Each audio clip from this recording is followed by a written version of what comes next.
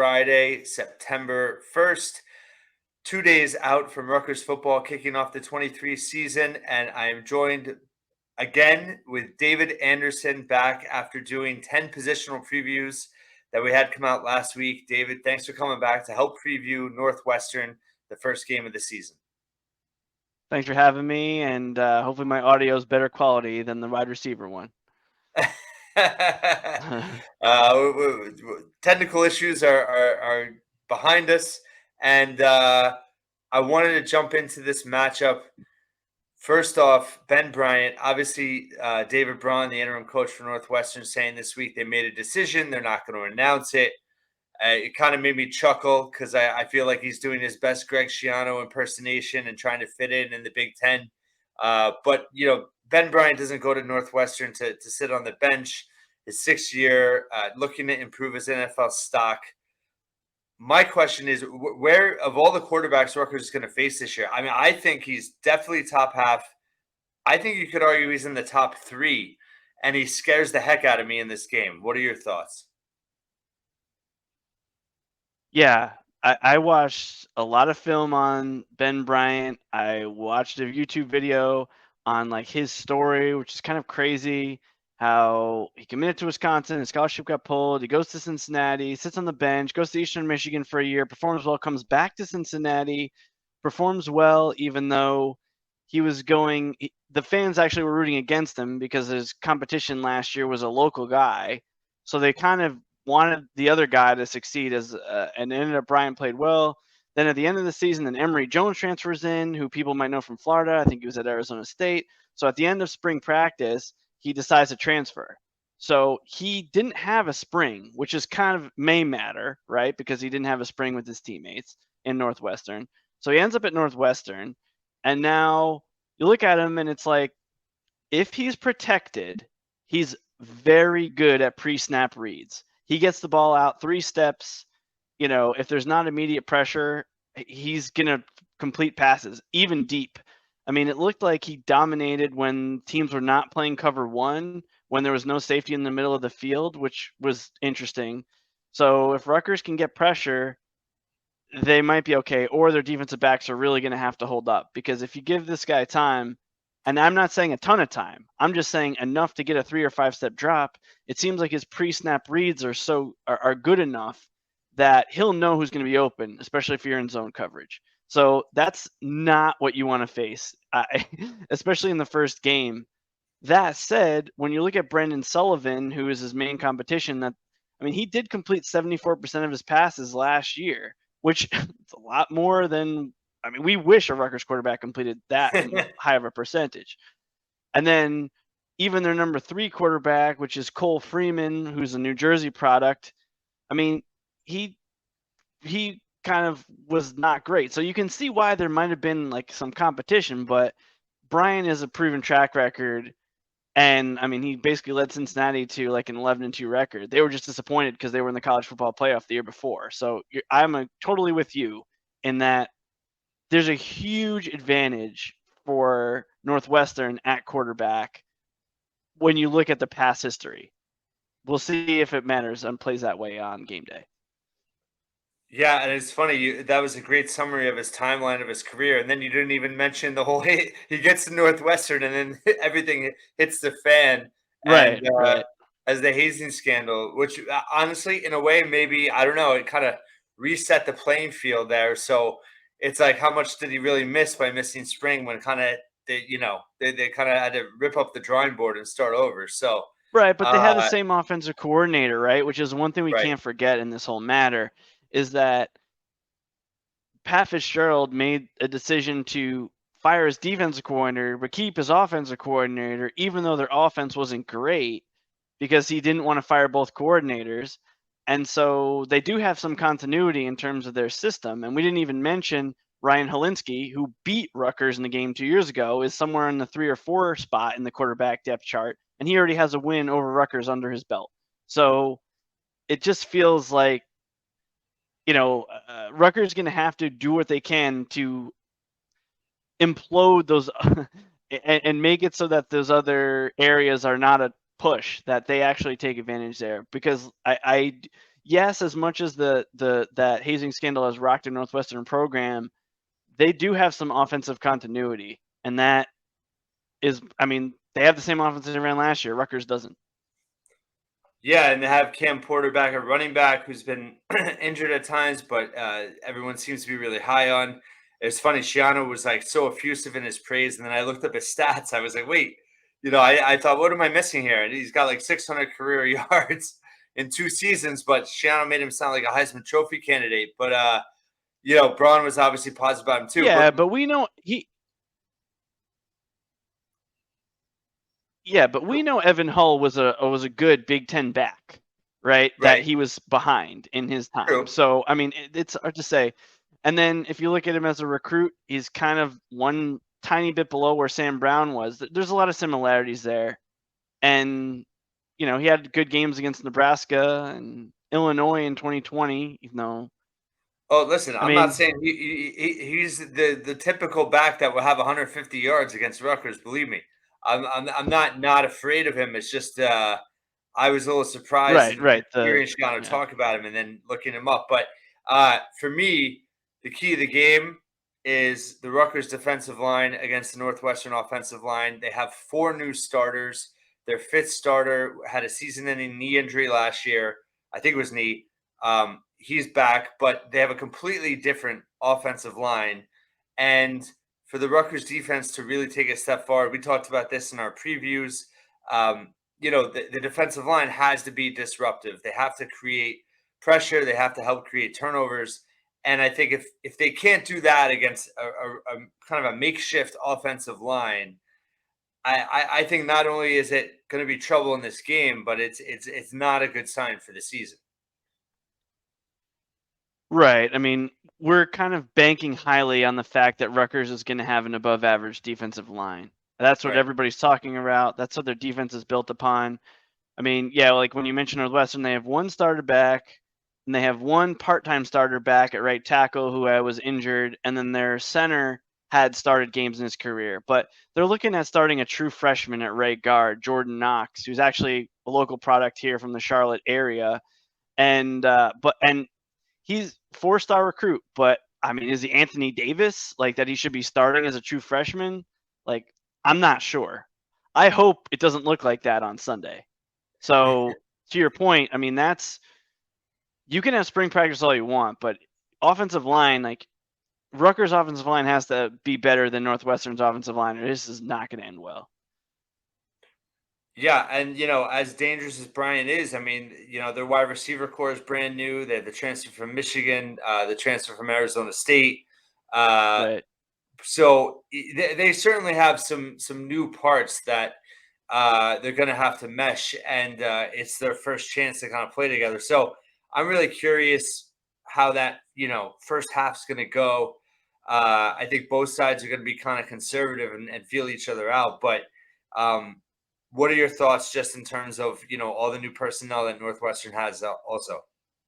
Well, it's kind of like what you were saying in your recent podcast with your record prediction is like there's so many X factors or things that can go either way on the Rutgers offense. Northwestern's very similar. You're bringing in 2 receivers. You have one guy back in Bryce Kurtz, who only had 19 catches last year, right? So we talk about like Isaiah Washington. He had 18 or 19 catches as a true freshman, and so that's their leading receiver returning. But they do have Henning, like you said, from Michigan, and Cam Johnson, who has like 134 career catches. So a lot can happen there. Tight end, they have a lot of tight ends. I don't know how good all of them will be, but they feel pretty good about that. So I think I don't want to sound like Mike Francesa breaking down like a first game of a season, or like even in other sports like in basketball, when he's like, "Well, this team's going to try to hold the ball and they're going to try to do this." Like it's hard to predict with the first game, and so I don't want to just make stuff up. But what tends to happen in these games is that both teams start out super conservative. One team might get an early lucky break, maybe a turnover, maybe a kick return, something like that, and they might draw first blood. And so then the question is, how long does the other team wait to try to open things up? And then when they open things up, if they end up shooting themselves in the foot, then they end up losing the game. If they open up the playbook and they start completing a few passes, then that team has a huge momentum advantage. And in a lot of these games, especially against Big Ten West opponents, or if you have to watch a lot of Big Ten West, like I have to do, like it's almost the same every time. Like Iowa against Illinois or Minnesota, they all run the same style, and it's like both teams like ramming each other, and then somebody gets a punch in, and they're like, okay, who's going to abandon the run and actually try to throw the ball first? And if they can complete a few passes, then that team has a huge advantage. And then the other team then has to decide, okay, are we going to just keep sticking to the run, hope we wear them out or not? And that's kind of how I see this one going. Now, if we want to talk about specifics of this game, I think Rutgers has a slight advantage at head coach because I think Shiano has more experience as a head coach in terms of what he's doing. The disadvantage is I think that sometimes a brand new coach will be more aggressive with things like going for it on fourth down or just not being set in their ways that like this is the only way we can win. And Mhm. so I feel like there's a little bit more variability to what Northwestern might do in this game, whereas we're pretty sure what Rutgers is going to do. We doubt that they're going to just start throwing the ball downfield unless they're down big, which even then we know they're going to wait till the last possible minute to do that. Yeah, it's funny as you were describing that. It's true. Like Shiano was basically he was meant to coach in the Big Ten West, and that's how he wants Right, Rutgers right. to play. And that's a great point about Braun because that's the way Northwestern typically plays. But I wrote about this yesterday and why I think this is a dangerous opponent because there is that unpredictable factor now. Having Braun as the head coach and his decision making, like you said, they have the offensive coordinator back. The defense is going to be different. It's just I think it's a much more challenging first game opponent than people are necessarily. Obviously 1-11. Obviously, all the turmoil, but they do also seem like they've kind of it'll show up or not on the field, but they do seem like they're unified internally, even against their own athletic director wearing those shirts and it's Right, right. I really do think it's going to be a very tough game. Well, let's start giving the glass half full for Rutgers, right? Because we've been a little bit negative so far. So the glass half full is that Northwestern went 1-11 last year, and they lost their premium position players. So I think as college football has evolved, we talked a little bit about this the position previews. Like what positions matter in the NFL? They call premium positions, right? Your offensive tackle, your cornerbacks, certain positions on the defensive line, your QB, and then like playmakers on offense, regardless of position. Well, Northwestern has had turnover at every one of those spots, every single one, right? So it's like you got to replace your best edge rushers. You got to replace two starting cornerbacks, one of which was a very high draft pick.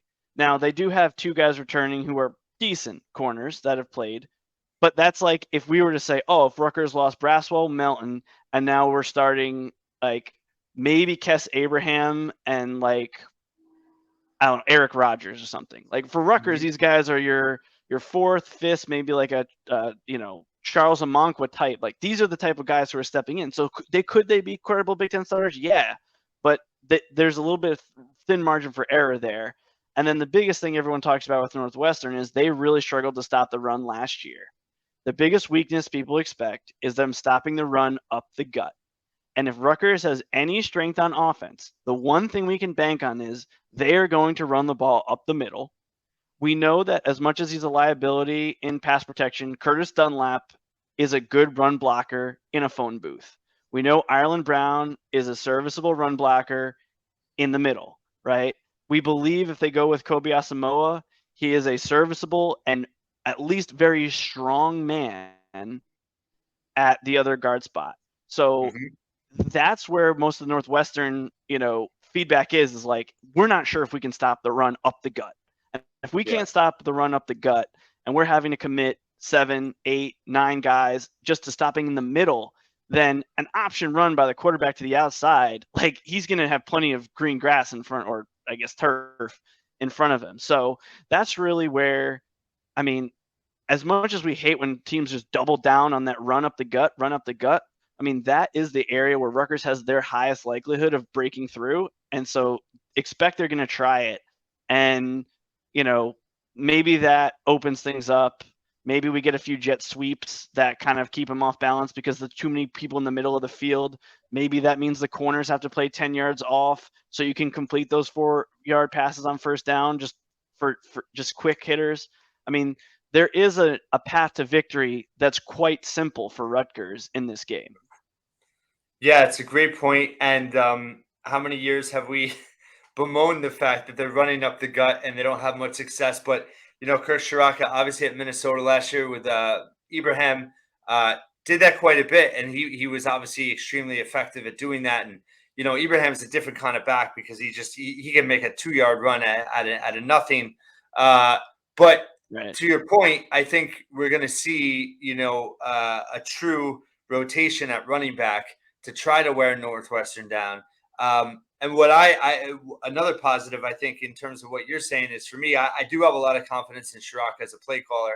I think you're right. I think they're going to try to really ground and pound early with the hopes of third quarter, fourth quarter, wearing Northwestern down and being able to kind of get some big plays. I'm really curious to see how many run calls they make for Wimsatt, or true RPOs where he's got the decision to make. In addition to his ability, I think is really key to read things properly, right? And how many times is Wimsatt going to take off when there's nothing in terms of passing that's open, and he instinctually makes a play and can make a big play with his legs. Right. I mean, the one counter to that is that Northwestern has 3 returning linebackers who are pretty good. They have Yeah. a returning safety who's a starter who's good, and then their other safety but was also injured for most of the year last year. So basically, that back middle 5 has experience. So a lot of times when you see a big QB run, it's because it's not necessarily that the defensive end loses contain, but that nobody at the second or third level can react and take the right angle. And Mm-hmm. so I don't feel like there should be a lot of that for Wimsatt in this game, because it feels like Northwestern has players who know how to cut off those angles from having played a lot of Big Ten football. That's my one thing about his running. But again, if those guys have to get sucked in the middle, or if your line is getting pushed back 2 or 3 yards, it doesn't matter how good your linebackers are. If the running back's got basically a 5-yard head start, 2 past the line of scrimmage before he's even coming near a person. So then your linebackers have to get sucked in. They might get caught in gaps. They might not be able to get to the outside. Maybe Wimsatt makes one guy miss and boom. So I don't. If Northwestern can just hold their ground a little bit on the defensive line, this is not a type of game where I would see a lot of those breakdowns in coverage, Yeah. or just like in pursuit angles, right? Because that's again why normally quarterbacks can get a big run. But the other thing is, how elite of an athlete is he? Like, Wimsatt's a pretty good runner. He's big, he's fast. And so if he can either make a guy miss or maybe just give a stiff arm or something like that, like, he might be able to get big yards on the running game. From a schematic perspective, I really don't think that would be a big part of this game plan. But if it's working, they might just go to a very simple set of plays that include a quarterback run. And if just like they say one time when Terrell Davis ran for 200 yards, they're like, what was the play call? He's like, dive left and dive right. That's it. Like, sometimes it's that simple. And so it's like quarterback run left, quarterback option left, quarterback option right. Like, maybe that's as simple as it is if they're having success in the middle. Yeah, and I think it also brings up another question and aspect of the offense to watch for is the how he uses the tight ends, because it does feel like if he goes with 2 tight end sets, I think it would be really interesting to see if it's an RPO and do the tight ends kind of roll out and check down for Wimsatt to have kind of a quick release, and also just the play calling in general in terms of trying to get him into rhythm.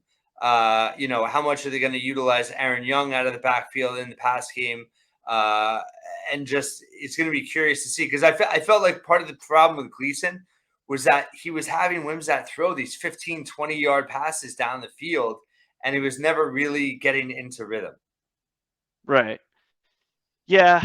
And that's where there's 2 sides to this coin, right? One is, if Northwestern's playing their corners 10 yards back, Mm-hmm. you're going to want an outside receiver with a quick to be able to just catch a pass quickly.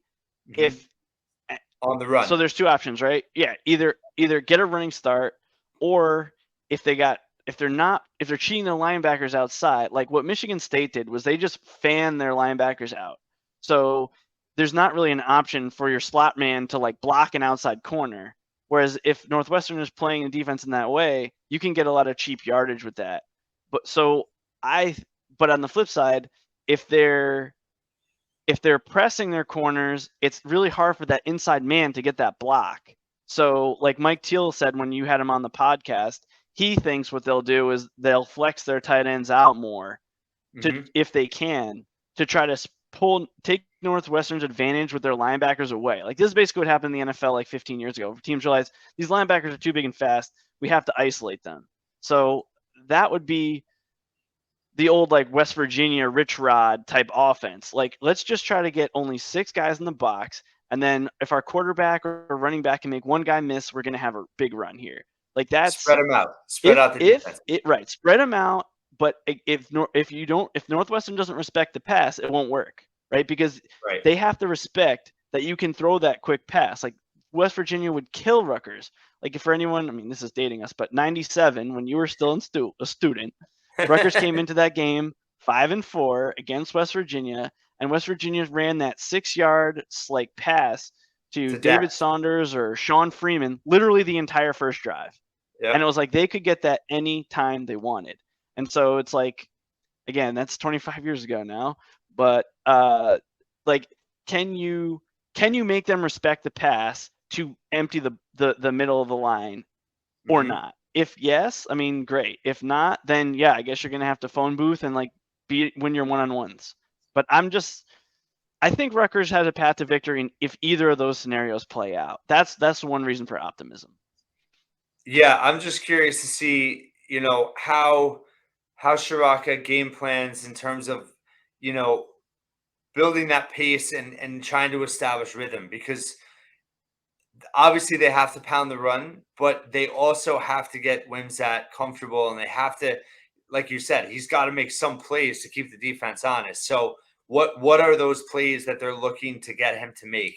And I know it's below, but I just think between the tight ends and Aaron Young, for me, like, I don't know. It'd be great to see the wide receivers have, someone step up, but I kind of feel like those guys are more important in this game, especially the first game, in a game that, like you said, they feel like they can win on the run. So it's those kind of personnel that I think that Wimsatt could be successful with, necessarily, versus, going 20, 25 yards deep to Jaquay Jackson or, Strong or whoever it may be. Well, I was looking up the stat on that. So last year, Minnesota played Northwestern, right? Kirk Sherrock, offensive coordinator. Okay. The score was 31-3, Minnesota. Eerily similar to how Minnesota did against Rutgers, right? I believe both games were at Minnesota. In that game, Minnesota completed 7 of 13 passes. 7 of 13, the whole game, and they won 31-3. Like, is that what they're going to try to do? And of course, of those 7 passes, Brevin Spanford caught 3 of them.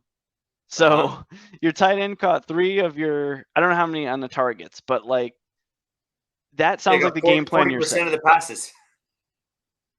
Right. So that's basically what you're saying. So I'm curious if Shiraka goes with that same game plan that he used last year, knowing their personnel.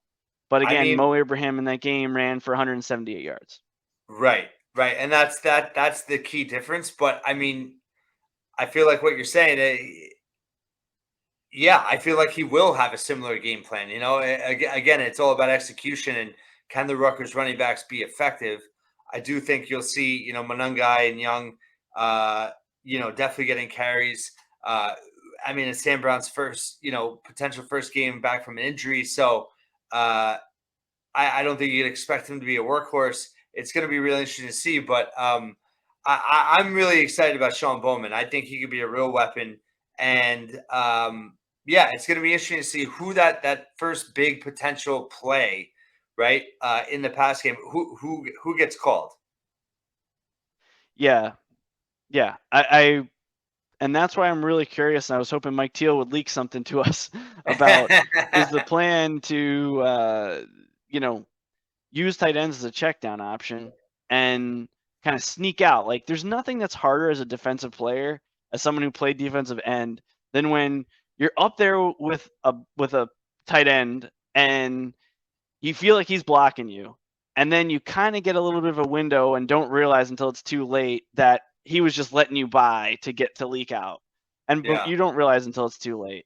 And it's really hard as a defensive player to recognize like this is what this tight end is doing.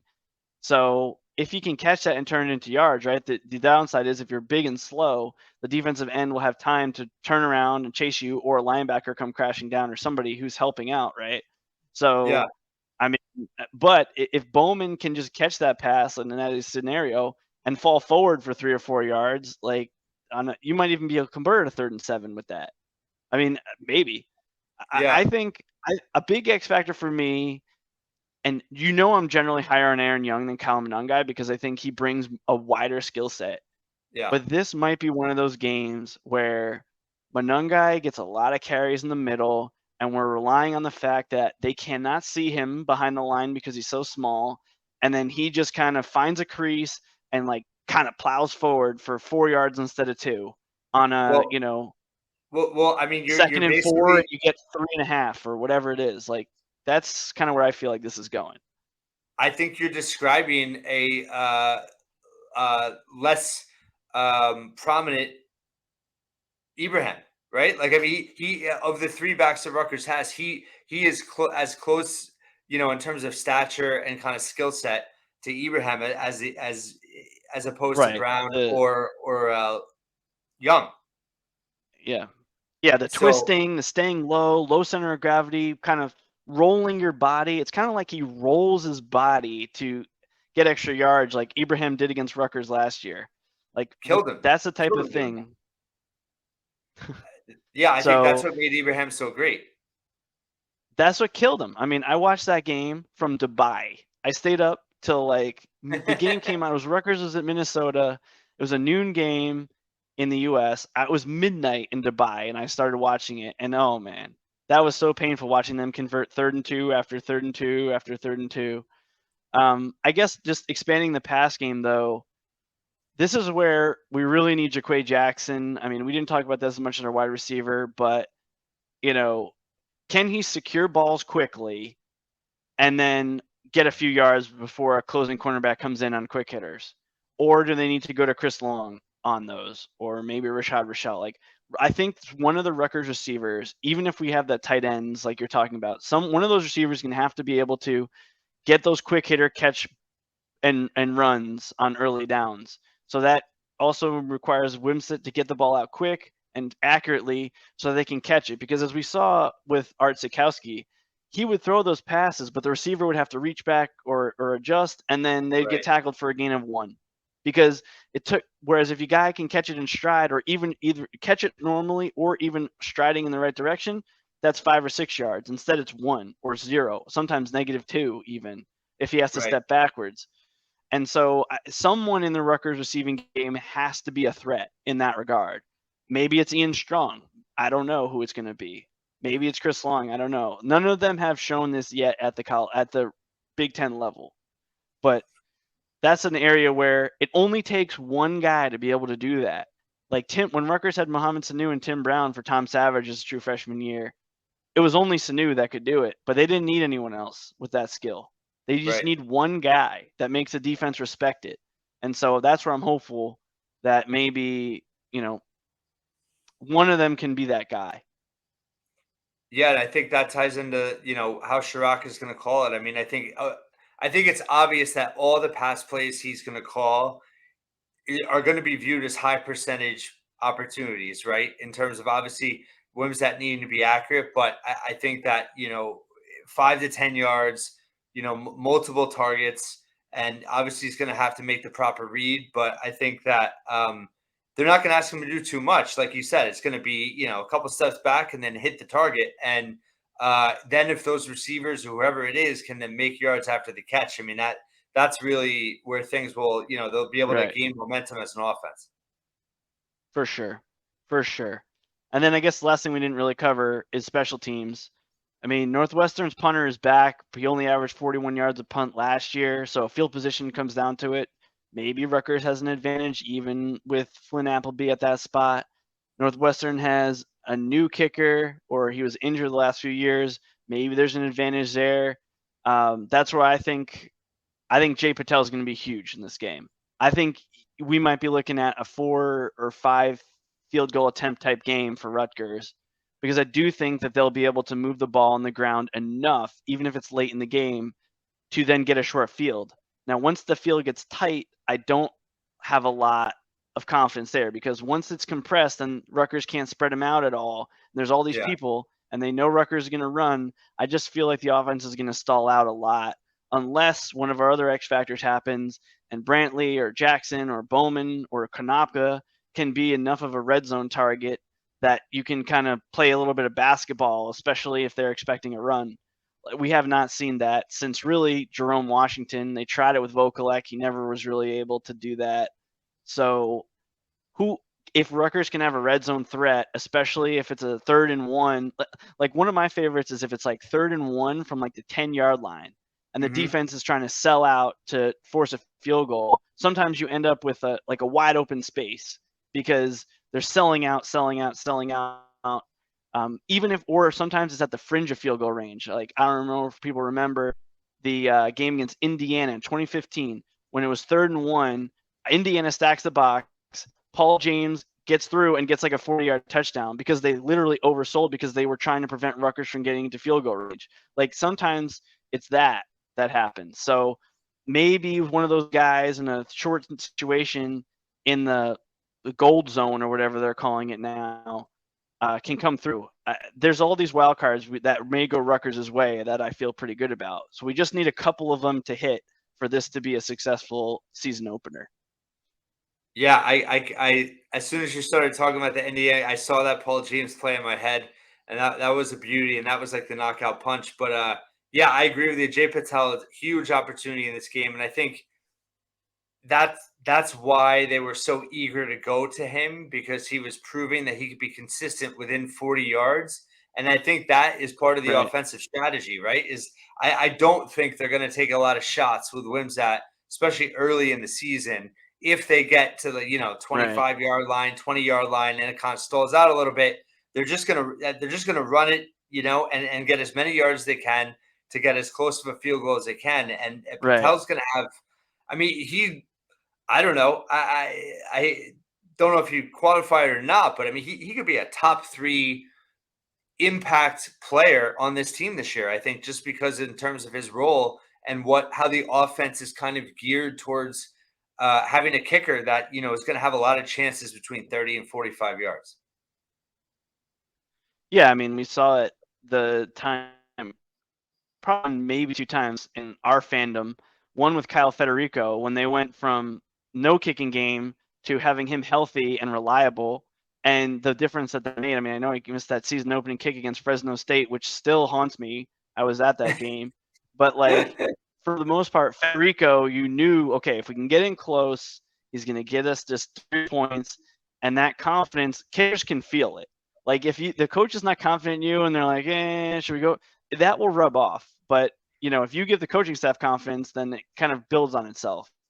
Yeah. So yeah, I mean, I'm hopeful that that's what happens. But I agree with you. They're not going to be throwing jump unless they have a good matchup with Bowman or Brantley or something like that. I would not expect, unless the guy's wide open, that they're going to be throwing risky passes in the red zone area. No, they're just going to settle for 3, I think, especially at home, especially in good weather conditions on turf.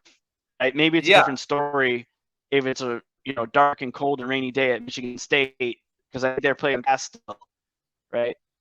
Or is that game at home? No, I guess that game's at Yeah, home this that's year already. homecoming. But Michigan like, State's there homecoming. are other fields or Iowa, right? There might be Yeah. bad weather when they're down there later in the season. Maybe then your strategy is different, but Yeah. right, Michigan Well, I State's also think homecoming. I was just thinking of who plays on grass, where like it's a little harder to kick in bad weather. But yeah, that's I think too with the defense, and I wrote this week. I mean, Shiano's talked about complementary football a lot, and obviously that makes sense, and it's true. But I think that the balance of what Rutgers needs to do still leans heavier on the defense to be able to lead. The offense has to do certain things to not, make things harder on the defense, and obviously limit mistakes. But I think still it's going to come down to the defense slowing down Northwestern and Rutgers being able to score just enough to win. But yeah, we talked about Bryant. We talked about the last thing I wanted to ask you about this game is, as Rutgers fans, how often have we first quarter, 5 minutes to go, they're down 10-0, right? If that scenario happens on Sunday, how much does the stadium start to just everyone get tense and when or how patient do you think Shiano and Shiraka will be in terms of sticking to the game plan, even if that type of scenario happens? Very much sticking to the game plan. I think that Shiraka, one thing I like about him as the offensive coordinator is he's not going to take other people's opinions. He's going to do what he wants to do. And that's one of the reasons I'm a little bit more like happier with the hire than maybe some other people. Like, yeah, I think it would be good to go with a young offensive mind, but at the same time, like they might be pressured to get off their game. Like you got to stick with the game. 10-0. I mean, I'm more traumatized by a couple of times. The UMass season opener when they were a fourth down conversion away from being down 21-0, and then the Washington down State 21-7, I think, game right? that ended up requiring Janarian Grant. Well, it was 20-6, I think, if I remember correctly. The Janarian Grant then eventually he ran a kickback, a kickoff, and a punt back for touchdown, and then they end up losing. But like in those games, it was kind of that vibe. I was like, eh. And then I was also at the North Carolina opener when they got smoked like 44-12. And that was one of those where the whole fan base, like by the end first quarter, we were like, oh, this is over. So I think they got to do what they can to avoid that. The Washington State game was an epic, like literally there was a dark cloud over the stadium. Like it was just that was an ominous game, and that was the incident with Carew that happened right after that game. Right. That was just disaster that season. But anyway, we're rambling. All right, David Anderson, thanks so much for joining us once again, and we'll talk to you soon. And let's hope that Rutgers can open the season with a victory.